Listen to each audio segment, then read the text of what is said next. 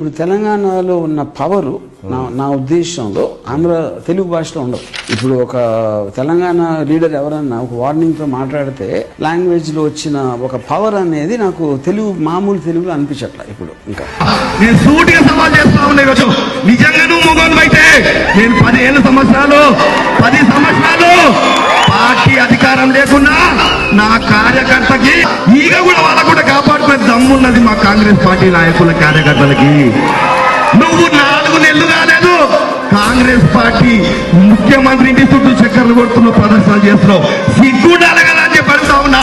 నువ్వు పెద్ద మొగోళ్ళ లెక్క మాట్లాడతావు కదా అని అడుగుతా ఉన్నా. ఈ రోజు 5 ఏళ్ళు టీఆర్ఎస్ పార్టీ కార్యకర్తలని నువ్వు కాపాడి చూపి అని చెప్పి నేను ఈ సందర్భంగా తెలియజేస్తా ఉన్నా. ఇంకా మొదలు కాలేదు. మొన్న ఖాళీ శాంపుల్ అయితేనే 300 కోట్లు బయటకు వచ్చినాయి. ప్రతి ఒక్కరు కూడా అవినీతి చేసినోడే తప్ప ఎవరు సుత కూర్చున్నాడు అని చెప్తున్నాయి టీఆర్ఎస్ పార్టీలో. ఎవరు సుత పూసా ఏ గ్రామంలో ఏ సర్పంచ్ చేయలేడు, ఏ గ్రామంలో ఏ ఎంపీడీసీ చేయలేడు అని అడుగుతా ఉన్నా. ప్రతి ఒక్కరు కూడా మొత్తం ప్రజల సొమ్ము దోషి తిన్నారా లేదని అడుగుతా ఉన్నా. ఆఖరికి ఆ డబల్ బెడ్రూమ్ ఇల్లు ఇస్తామని చెప్పి కూడా పేదోళ్ళై ₹1,00,000 ₹2,00,000 తీసుకుని దాస్తున్నటువంటి ఈ దుర్మార్గులు, ఈ నీచపోళ్ళు, ఇలాంటి వాళ్ళకి ప్రజలు ఎట్లా ఓట్లేద్దామని చెప్పి అడుగుతా ఉన్నా.